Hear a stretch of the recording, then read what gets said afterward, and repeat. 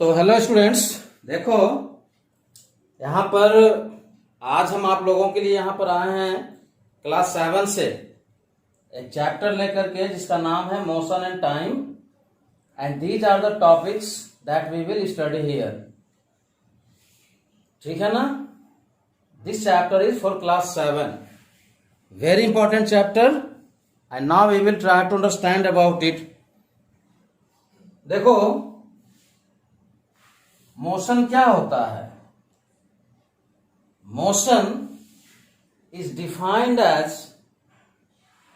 I will tell to you कि if a body changes its position, if a body changes its position then that body is said in motion. बहुत तरह से define कर सकते हो आप इसको। A body is said to be in motion if it changes its position with respect to a point taken as a point of reference. A body is said to be in motion if it changes its position with respect to the earth. A body is said to be in motion if it changes its position with respect to time or as time passes. So these are the important definitions of motion and time. तो time के बारे में तो हम लोग बाद में पढ़ते हैं, पहले मोशन पर हम लोगों का फोकस रहेगा। तो मोशन का डिफिनीशन हम लोग यहां लिख देते हैं। सबसे पहले डिफिनीशन क्या है? A body is said to be in motion if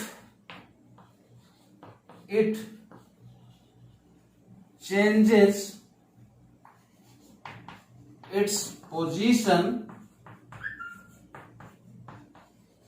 with respect to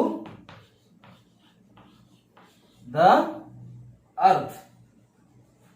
ठीक है, with respect to the earth। यह है हमारा डिफिनीशन मोशन का। If it changes its position with respect to the earth. अब इसी में आप लिख सकते हो a body is said to be in motion if it changes its position with respect to a point of reference. ठीक है ना, with respect to a point of reference और with respect to a point that is taken as point of reference. ये सब अपने अपने ढंग से आप डिसाइड कर सकते हो। और भी हम लोग डिफाइन कर सकते हैं कि a body is said to be in motion if it changes its position as time passes. ठीक है। अब देखो यहां जो मैंने लिखा है with respect to the earth, ये बहुत बड़ी बात है। क्यों? क्योंकि जितने भी एक्सपेरिमेंटल वेरिफिकेशंस हुए हैं हमारे यहां पूरे अराउंड द ग्लोब, पूरी दुनिया में, वो सभी एक्सपेरिमेंट्स किए गए हैं on the basis that the earth is at rest. अब इससे मान लो स्पीड ऑफ लाइट निकाला गया, on the basis of that the earth is at rest. बहुत सारे वो बाद की बातें हैं, हटाते हैं उसको अभी। ठीक है। तो ये हुआ मोशन का डिफिनीशन। अच्छा, कितना अब है क्या कि टाइम क्या होता है। तो टाइम का डिफिनीशन जो है ना, ये बहुत इंपॉर्टेंट है। टाइम का डिफिनीशन बहुत इंपॉर्टेंट है। Time is what, time is what a clock measures. Time is what a clock measures. यह है हमारा डिफिनेशन टाइम का भाई। अब एक बात जरूर उठता है यहां पर कि अगर कोई बॉडी मोशन में है तो क्या वो कितना फास्ट है या कितना स्लो है। ये जो चीज है, द टर्म और द थिंग और द फिजिकल क्वांटिटी और the relative thing, even you can say the physical quantity that determines about the motion of a body is known as speed. Actually what happens कि कोई body कितना slow है या कितना fast है वो उसका स्पीड डिसाइड करेगा। तो भाई स्पीड क्या होता है? स्पीड जो होता है ना, this is defined as distance divided by time. Distance divided by time. Most speed of a body, समझिए इस चीज को, ठीक है? Speed of a body is defined as that how much distance a body covers in a given interval of time. As for example, कि मान लेते हैं कि कोई बॉडी है वो 5 किलोमीटर सिर्फ 1 आवर में ट्रैवल करता है। एक बॉडी है वो 5 किलोमीटर 1 आवर में ट्रैवल कर रही है। वो बॉडी मान लो एक बस है, तो इसका स्पीड हो गया 5 किलोमीटर पर आवर। इसका स्पीड कितना हो गया? 5 किलोमीटर पर आवर। अब सवाल ये उठता है कि अगर कोई दूसरी गाड़ी है, मान लो कि कोई साइकिल है, ठीक है ना, और वो जो है 5 किलोमीटर मान लो 2 आवर्स में ट्रैवल करता है वो बाईसाइकिल। क्लियर? तो भाई आप समझ सकते हो कि डिस्टेंस तो सेम ट्रैवल कर रहा है। ये बस जो है डिस्टेंस ट्रैवल कर रही है, ये साइकिल जो यहाँ पर डिस्टेंस ट्रैवल कर रही है, वो 5 किलोमीटर है बस के द्वारा तय की गई दूरी, और ये साइकिल के द्वारा तय की गई दूरी है। डिस्टेंस इक्वल है बट टाइम डिफरेंट है। तो 5 किलोमीटर की दूरी तय करने में जो व्हीकल ज्यादा समय ले रहा है ना, जो व्हीकल ज्यादा समय ले रही है वो गाड़ी स्लो है। तो देखो 5 किलोमीटर जो है 2 आवर्स में, कौन भाई? बाईसाइकिल। और वहां पर यह है बस का एग्जाम्पल। तो देख लो मिला करके, निश्चित रूप से ये गाड़ी जो है ज्यादा तेज है साइकिल के रिस्पेक्ट में, है कि नहीं है? बिल्कुल है। अब आगे इसको समझते हैं हम लोग, ठीक है ना?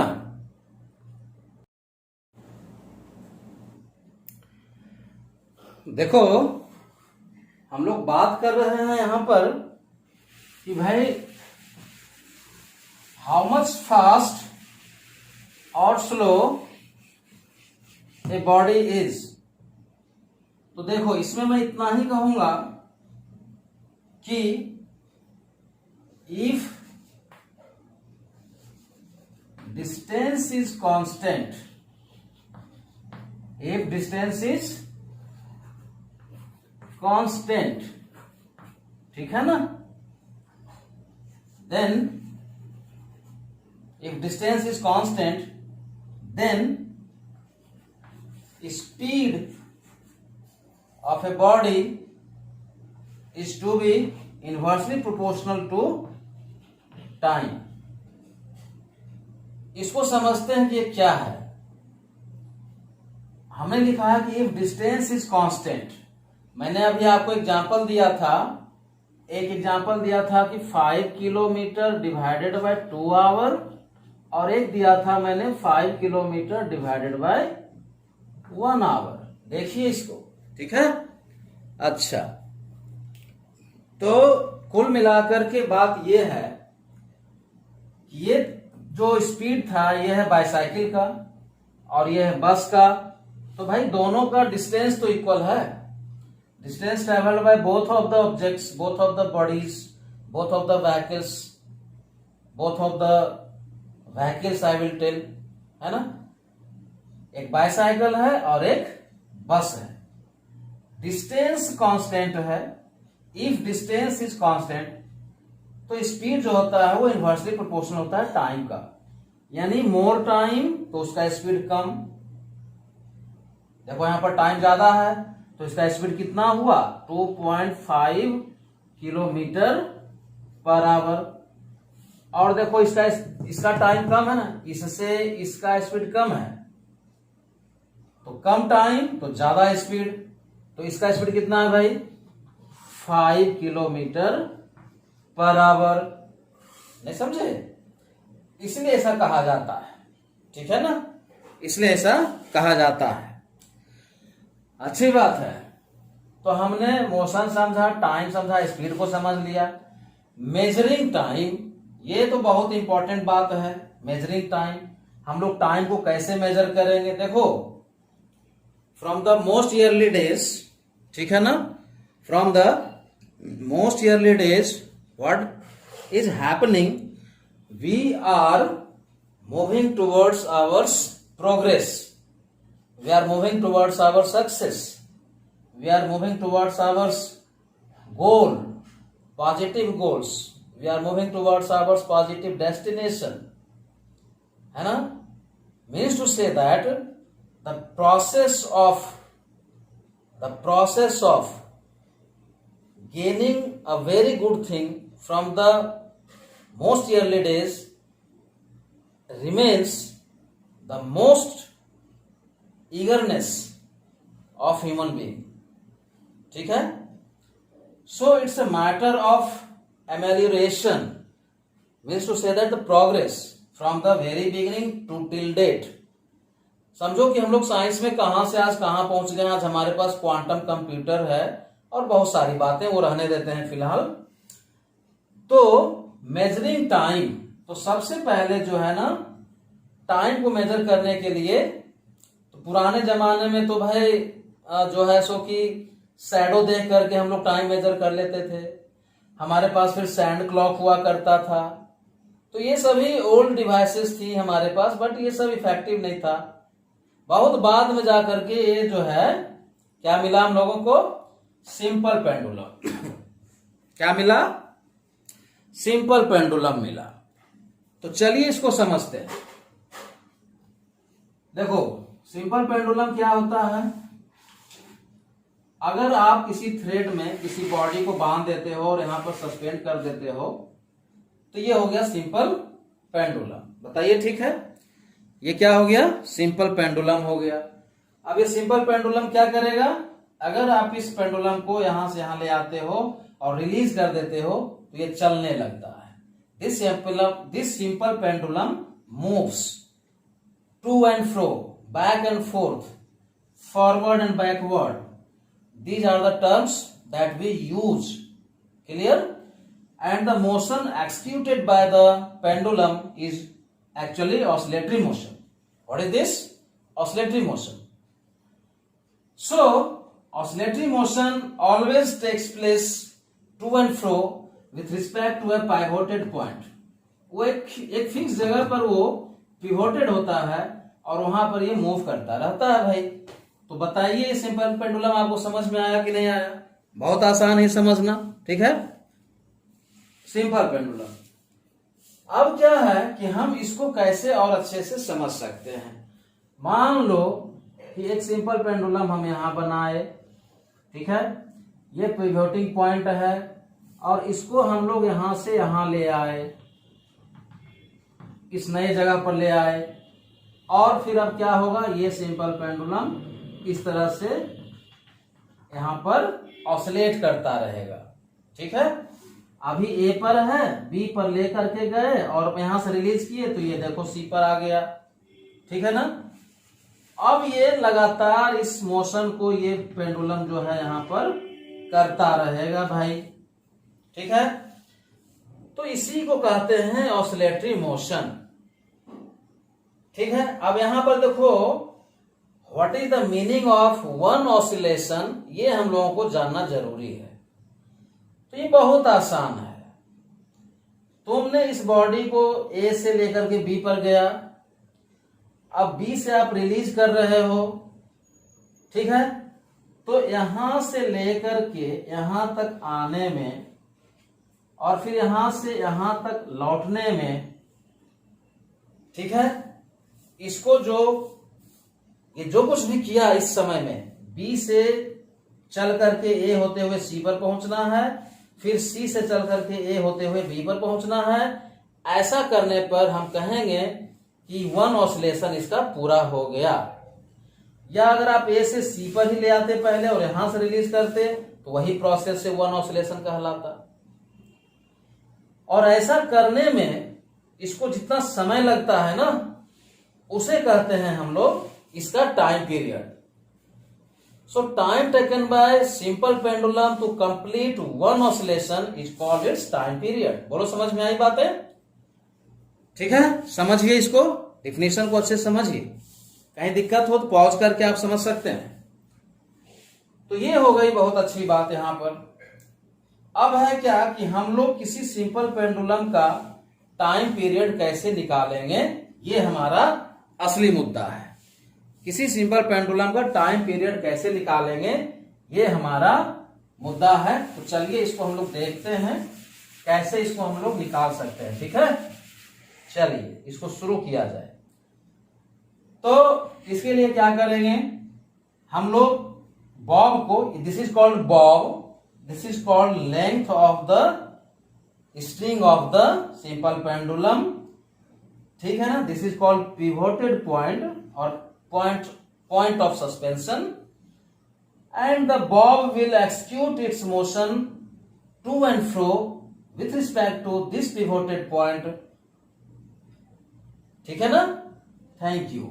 सो नेक्स्ट जो है हमारा, आगे देखते हैं। मान लो कि आपको क्वेश्चन आ गया, ये क्वेश्चन बहुत बार आया है एग्जाम में, many times this question is asked. ठीक है ना, this question is asked many times, try to understand. तो कैसे इसको हम लोग समझते हैं, सो बता देते हैं भाई। यहां पर देखो, हम लोग क्या करते हैं इसके लिए कि एक सिंपल पेंडुलम दे देता है हमको, बोलता है बताइए how will you find out the time period of A given simple pendulum. तो क्या करते हैं हम लोग, सोच समझते हैं। पहले आप इस फिगर को बना लो अच्छे से। ये देखो यहां पर ए था, ये मैंने बी पर इसको लेके गया और फिर ये सी पर चलने लगा।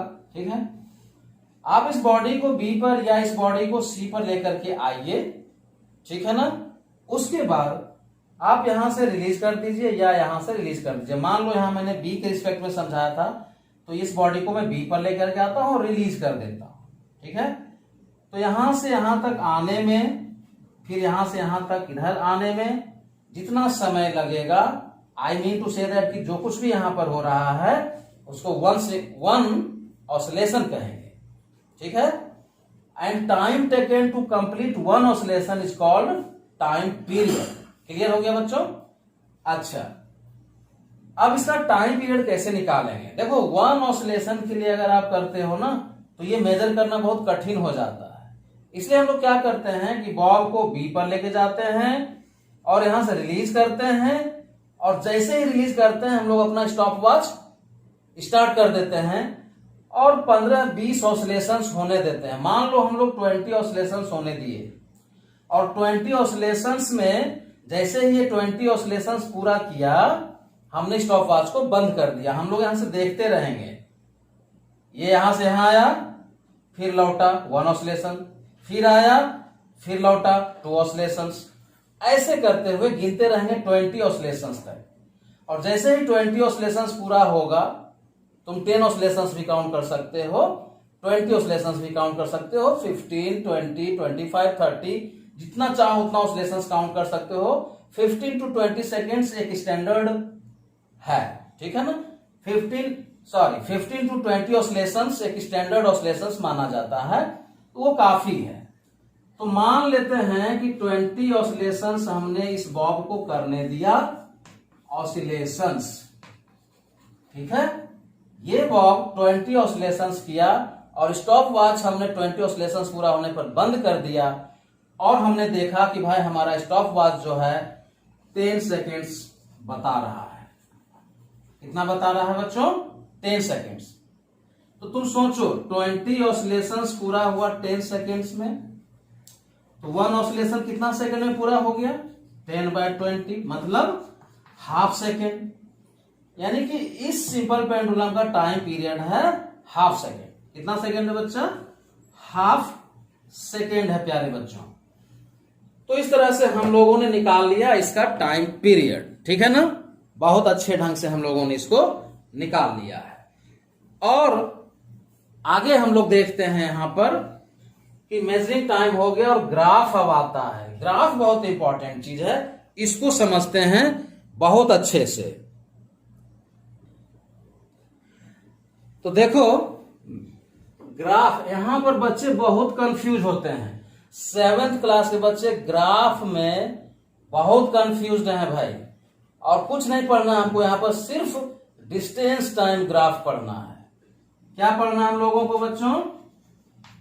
Distance time graph. Distance time graph, ठीक है, distance time graph.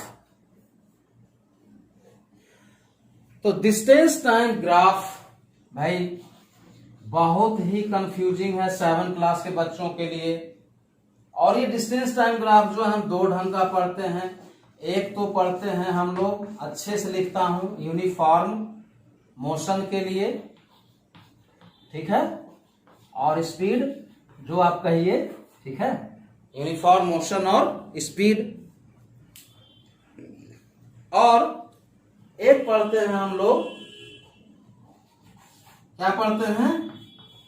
Non uniform motion और स्पीड। यूनिफॉर्म मोशन और यूनिफॉर्म स्पीड का ग्राफ सेम होता है। नॉन यूनिफॉर्म मोशन और नॉन यूनिफॉर्म स्पीड का ग्राफ सेम होता है, ठीक है। समझिए इन बातों को।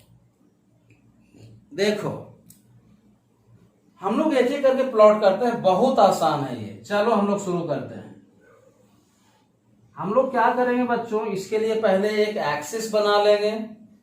ये रहा हम लोगों का एक्स एक्सिस, ये ओरिजिन है, और ये क्या है बच्चा? Y axis. वाई एक्सिस पर हम लोग हमेशा डिस्टेंस लेते हैं और एक्स एक्सिस पर हम लोग हमेशा टाइम लेते हैं। डिस्टेंस हम लोग हमेशा मीटर में लेते हैं और टाइम हमेशा हम लोग सेकेंड में लेते हैं। बोलो ठीक है यहां तक? First class. तो अब देखो, पहले हम यूनिफॉर्म मोशन और स्पीड को डिफाइन करते हैं। देखो बच्चों, अगर कोई बॉडी मूव कर रही है तो या तो वो इक्वल डिस्टेंस ट्रेवल कर रही होगी इक्वल इंटरवल ऑफ टाइम में, या फिर अनइक्वल डिस्टेंस ट्रेवल कर रही होगी इक्वल इंटरवल ऑफ टाइम में, ठीक है। पहले हम यहीं पर फोकस करते हैं, यूनिफॉर्म मोशन और यूनिफॉर्म स्पीड। अगर कोई बॉडी इक्वल डिस्टेंस ट्रेवल कर रही है इक्वल इंटरवल ऑफ टाइम में, तो उसका जो मोशन होगा या स्पीड होगा वो यूनिफॉर्म होगा। क्लियर हुआ? मान लो कि कोई बॉडी 10 मीटर चलती है पहले 1 सेकेंड में, फिर अगला 10 मीटर, फिर 1 सेकेंड में, यानी हर अगले 1 सेकेंड बीतने पर वो 10 मीटर ही ट्रेवल करती है। तो ऐसे कंडीशन को हम लोग यूनिफॉर्म मोशन और यूनिफॉर्म स्पीड कहते हैं। आप समझिए, ऐसा नहीं कि शुरू के 1 सेकेंड में ये 10 मीटर ट्रेवल कर लिया बॉडी, तो भाई अगले 1 सेकेंड में ये जो है 15 मीटर ट्रेवल कर लिया, ऐसा नहीं है। या फिर अगले 1 सेकेंड में 5 मीटर ही ट्रेवल किया, ऐसा नहीं है। वैसा होगा तो हम लोग यहां पर नॉन यूनिफॉर्म को कंसिडर करेंगे और उसमें हम लोग एक्सेलरेटेड बॉडी को कवर करेंगे या समझेंगे, ठीक है। अच्छी बात है। तो देखिए इसका ग्राफ कैसे ड्रॉ होगा। हम लोग मान लो यहां पर लिख लिए 5, 5, देन आफ्टर 10, 15, 5, 10, 15, 20, फिर यहां पर मान लो 1 second, 2 second, 3 second, 4 second, 1, 2, 3, 4। Definition क्या कहता है बच्चों? मान लेते हैं कि 1 सेकेंड में 5 मीटर, तो आप इसको दोनों तरफ से इसको ऐसे आगे बढ़ा दो। यहां से भी एक परपेंडिकुलर लाइन ड्रॉ करो, यहां से भी एक परपेंडिकुलर लाइन ड्रॉ करो। तुम देखोगे कि इस पॉइंट पर ये दोनों परपेंडिकुलर लाइंस कट जाता है, तो एक इंटरसेक्टिंग पॉइंट मिला। फिर अगले के लिए आप क्या करो कि यहां से एक परपेंडिकुलर ड्रॉ कर दो, एक परपेंडिकुलर यहां से ड्रॉ कर दो, ठीक है। तो इसके लिए क्या करना होगा, आप देखिए एक और पॉइंट मिल गया, एक और पॉइंट मिल गया हम लोगों को।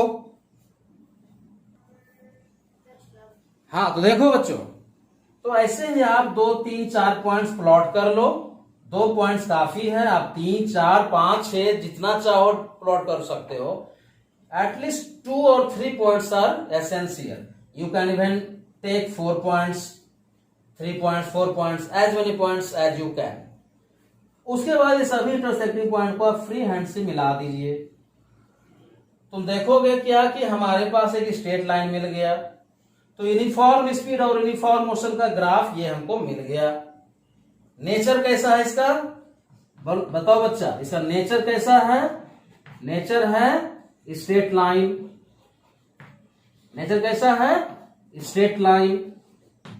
ठीक है, तो ये हुआ हमारा यूनिफॉर्म मोशन का एक सुंदर सा ग्राफ, बहुत अच्छा सा ग्राफ। ठीक है,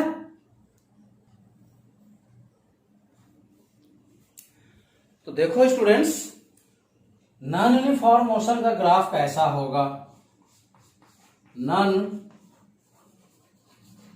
यूनिफॉर्म मोशन का ग्राफ कैसा होगा?